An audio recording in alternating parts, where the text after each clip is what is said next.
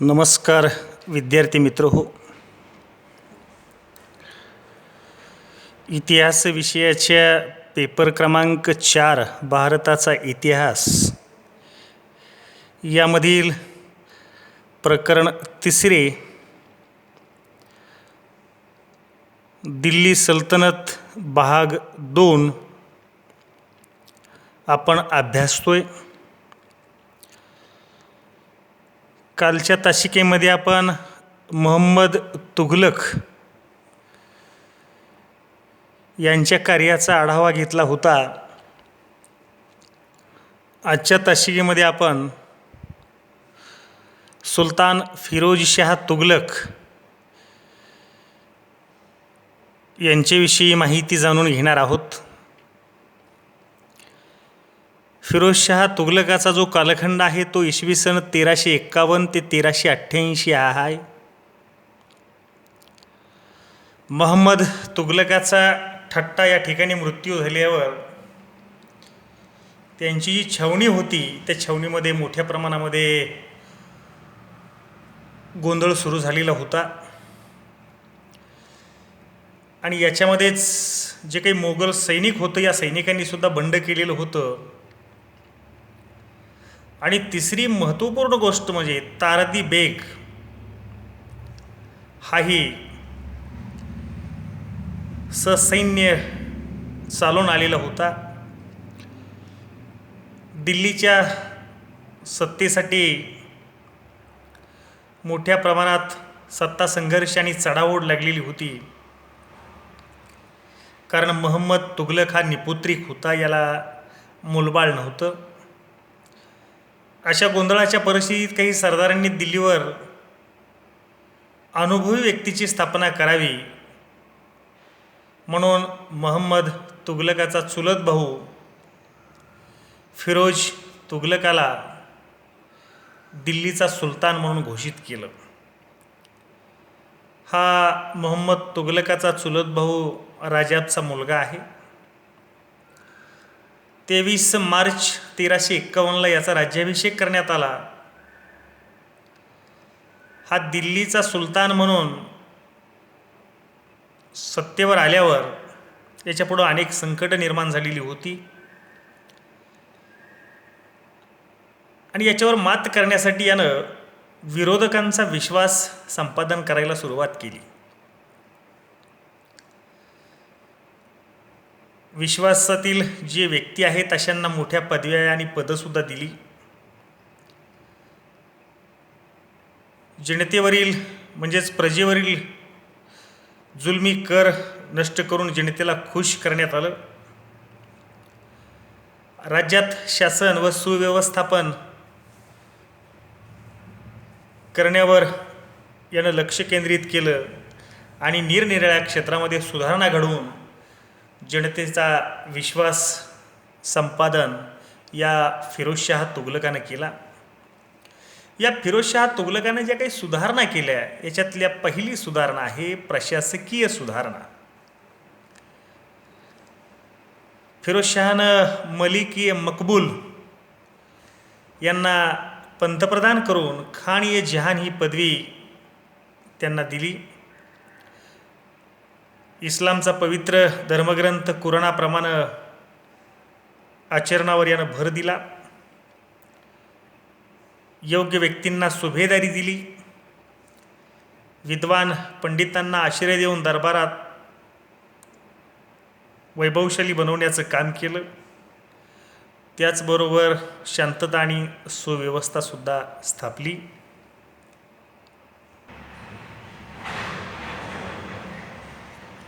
दुसरी सुधारणा आहे न्यायविषयक सुधारणा. राजधानी दिल्लीच्या ठिकाणी प्रमुख असे काझी नियुक्त केले गेले. त्यांच्या हाताखाली प्रांतिक न्यायाधीश नेमले. कठोर शिक्षा बंद करून यानं सौम्य शिक्षा सुरू केल्या. याच्यानंतर आहे राजस्व धोरण म्हणजेच कर प्रणालीबाबतचं याचं धोरण. मोहम्मद तुघलक हा लहरी होता आणि त्याच्या या लहरी धोरणांमुळं आर्थिक व्यवस्था फार कोलमडलेली होती. यासाठी फिरोजशहानं अर्थव्यवस्था मजबूतीकडे लक्ष दिलं. अर्थ खात्यातील भ्रष्टाचार, लाचलुचपत बंद करण्यासाठी मोठ्या प्रमाणामध्ये याने प्रयत्न केले. पूर्वीचे जुलमी कर रद्द केले. नजराने देणग्या बक्षिसं बंद केली आणि कुराणानुसार जनतेवर 4 प्रकारचे कर या फिरोजशाह तुघलकानं लावले. पहिला आहे खराज. खराज म्हणजे जमीन महसुलाच्या उत्पन्नाच्या 1 एवढा हा कर आकारण्यात येई. खम्स, युद्धात मिळवलेल्या लुटीचा अर्धा हिस्सा सुलतानाला द्यावा लागत असे. जिजिया, हिंदू प्रजेवर आकारलेला हा धार्मिक स्वरूपातला कर होता. आणि जकात, मुस्लिमांच्या मालमत्तेवर आकारलेला हा कर होता. याचबरोबर फिरोजशहानं घरपट्टी रद्द केली, बगीचे तयार केले, पडीक जमिनी लागवडीखाली आणल्या. याच्यानंतर आहे जहागीरदारी पद्धत. सैनिकांना, सरदारांना, अधिकाऱ्यांना वेतनाऐवजी म्हणजे पगाराऐवजी जमीन देण्याची प्रथा म्हणजे जहागीरदारी. आणि ही पद्धत जर कुणी सुरू केली होती, अलाउद्दीन खिलजी आणि मोहम्मद तुघलकानं ही पद्धत बंद केलेली होती. आणि ही पद्धत पुन्हा फिरोजशाह तुघलकानं सुरू केली. सिंचन व्यवस्था किंवा पाणी पुरवठ्याच्या योजना. फिरोज तुघलकानं पडीक शेतीला सुपीक करण्यासाठी अनेक कालवे खोदले. त्यापैकी 4 मोठे कालवे खोदले. पहिला आहे सतलज ते घग्गर 26 मैल लांबीचा कालवा. यमुना ते हिस्सार 150 मैल लांबीचा कालवा. मांडवी सिरमूर टेकड्यातून हंसीपर्यंत यानं कालवा खोदला. आणि घग्गर ते हिराणी खेडा कालवा. प्रवाशांच्या सोयीसाठी यानं 150 विहिरी खोदल्या.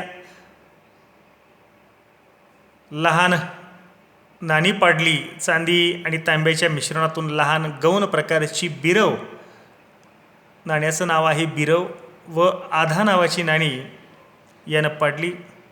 यामुळं देवघेव व किरकोळ व्यापार मोठ्या प्रमाणामध्ये वाढला. याच्या काळातील जे काही सार्वजनिक बांधकामं आहेत याच्यामध्ये यानं फिरोजाबाद, हिस्सार, फिरोजपूर ही महत्त्वपूर्ण शहरं निर्माण केलेली आहेत या फिरोज तुघलकानं. याचबरोबर 300 लहान मोठी नगरं, 10 स्नानगृह, 100 स्मारक स्तंभ, 4 मशिदी, 30 राजवाडे, 200 धर्मशाळा, 1200 बगीचे, 5 दवाखाने इत्यादीचं बांधकाम या फिरोजशाह तुघलकाच्या काळात झालं. आणि या वास्तूंचा वास्तुकार होता मलिक गाजी शहाना. हा राज्याचा मुख्य वास्तू विशारद होता. त्याचा मदतनीस अब्दुल हक होता. याचबरोबर शैक्षणिक आणि सांस्कृतिक सुधारणेमध्ये सुद्धा मोहम्मद तुघलक हा ध्येयवेडा होता. फिरोजशाह हा विद्याप्रेमी असल्यानं त्यानं शिक्षणाला उत्तेजन दिलं. अनेक मदरसे स्थापले. अनेक नामांकित विद्वान याच्या दरबारामध्ये होते. याच्यानंतर आहे गुलामांना आश्रय. फिरोजशाहला गुलाम ठेवण्याची आवड होती आणि गुलामांसाठी त्यानं स्वतंत्र व्यवस्था केलेली होती. याच्या पदरी म्हणजे याच्याजवळ 1,80,000 गुलाम होते. आणि या गुलामांना बांधकाम, शेती, लष्कर, कुशल कामात प्रशिक्षण दिलं जात होतं. 10 ते 100 टंका दरम्यान यांना वेतनसुद्धा दिलं जात होतं. याचबरोबर आहे लष्करी सुधारणा. फिरोजशहानं लष्कराचं संघटन जागीरदारी, सरंजामदारी पद्धतीनं केलं. वेतनाऐवजी त्यांना जमिनी दिल्या जात. त्याच्याकडे नामांकित 80 ते 90,000 घोडदळ होतं. सैन्यातली जी पदं होती ती वंश परंपरागत होती. याच्यानंतर आहे याचा मृत्यू, फिरोजशाह तुघलकाचा मृत्यू. या फिरोजशाह तुघलकाचे जे शेवटचे दिवस होते ते फार दुःखात गेले. त्याचा जो ज्येष्ठ पुत्र होता फतेह खान हा मरण पावला. दुसरा मुलगा मुबारक गादीवर आला. यानं वडिलांविरोधात उठाव केला आणि यामुळं फिरोजशहाने नातू घियासुद्दीन तुघलकाला वारस नेमले. हा फतेह खानाचा मुलगा होता.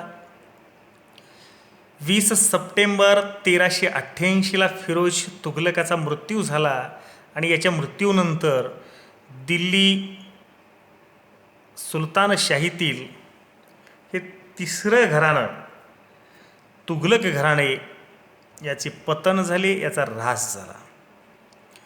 याच्यानंतर आहे सय्यद घराणे 1414 ते 1451. तुघलक घराण्यातील अंतर्गत संघर्ष, बंडखोर सुभेदार तसेच तैमूरलंगाच्या स्वाऱ्यांनी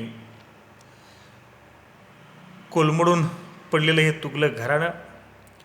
यातच तुघलक वंशाचा शेवटचा सुलतान नासिरुद्दीन महम्मद 1413ला मरण पावला. याचा फायदा घेऊन दिल्लीच्या अमीर सरदारांनी दौलत खान लोधीस गादीवर बसवलं. तैमूरलंगानं भारतातील जिंकलेल्या प्रदेशाचा सुभेदार खिज्र खान होता आणि या खिज्र खानानं दिल्लीची गादी बळकावण्यासाठी दिल्लीला वेढा दिला. 28 मे 1414 रोजी दौलत खान लोधीचा पराभव करून त्याला शरण येण्यास भाग पाडले आणि दिल्लीवर या खिज्र खाननं सय्यद वंशाची स्थापना केली. हा सय्यद वंशाची दिल्लीवर स्थापना करणारा खिज्र खान मोहम्मद पैगंबराचा वंशज होता. याचे जे पूर्वज होते ते अरबस्थानातले होते. त्याचे पिता मलिक सुलेमान हे मुलतानचे सुभेदार मलिक यदीन दौलत खानचे मानलेला मुलगा होता. दिल्लीचा सुलतान झाल्यावर खिज्र खानानं पंजाब, मुलतान, सिंध प्रांताचा समावेश दिल्ली साम्राज्यात केला. तो सतत लूट मिळवण्यासाठी कुठे ना कुठे जाई आणि संपत्ती गोळा करी. त्यानं साम्राज्याकडे लक्ष दिलं नाही. अनेक ठिकाणी बंडे झाली. यातच सततच्या संघर्षाने थकल्यामुळं खिज्र खानाचा 20 मे 1421 रोजी मृत्यू झाला. या दिल्लीवर सय्यद वंशाची स्थापना करणारा हा खिज्र खान याची आपण योग्यता पाहू. हा प्रजेवर प्रेम करणारा होता, जुलमी आणि क्रूर नव्हता, सुज्ञ व सद्गुणी होता. तो धर्मांध किंवा धर्मवेडा नव्हता. दिल्ली साम्राज्य विशाल करण्याचं त्याचं स्वप्न प्रत्यक्षात उतरलं नाही. सय्यद वंशाचा हा संस्थापक आहे. पंजाब, दोआब, राजस्थान प्रांत यानं दिल्लीच्या साम्राज्याला जोडला.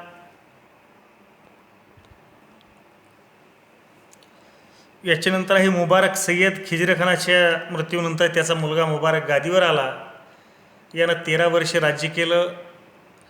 दोआब मगाशी आपण कालच्या तासिकेमध्ये अभ्यासलं. दोआब कुठला? 2 नद्याच्या मधला प्रदेश, तर गंगा आणि यमुना नद्यांच्या मधला जो प्रदेश आहे तो दोआबाचा प्रदेश. आणि या दोआबामधील हिंदू विरुद्ध केलेला स्वारी व्यतिरिक्त याच्या कारकिर्दीत सांगण्यासारखं काहीही नाही या मुबारक सय्यदच्या.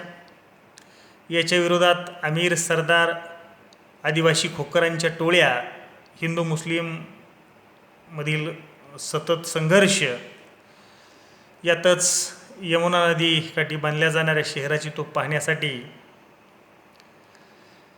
गेलेला होता. आणि त्यावेळेस याच्या विरोधातले कट कारस्थानवाले जे होते यांनी 19 फेब्रुवारी 1434ला या मुबारक सय्यदला ठार केलं. मोहम्मद बिन फरीद, मुबारकच्या मृत्यूनंतर त्याचा मुलगा मोहम्मद बिन फरीद दिल्लीच्या गादीवर आला. याची कारकीर्द काही विशेष नव्हती. याचासुद्धा मृत्यू 1445ला झाला. आणि अलाउद्दीन अल्तमश, मोहम्मद बिन फरीदच्या मृत्यूनंतर त्याचा मुलगा अलाउद्दीन अल्तमश गादीवर आला.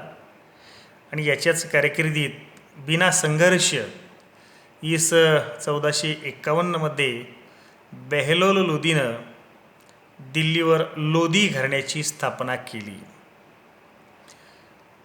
या तुघलक आणि सय्यद घराण्याच्या अस्तानंतर सुलतानशाहीतील महत्त्वपूर्ण घराणं लोधी घराणं, या लोधी घराण्याची माहिती आपण उद्याच्या तासिकेमध्ये घेऊ.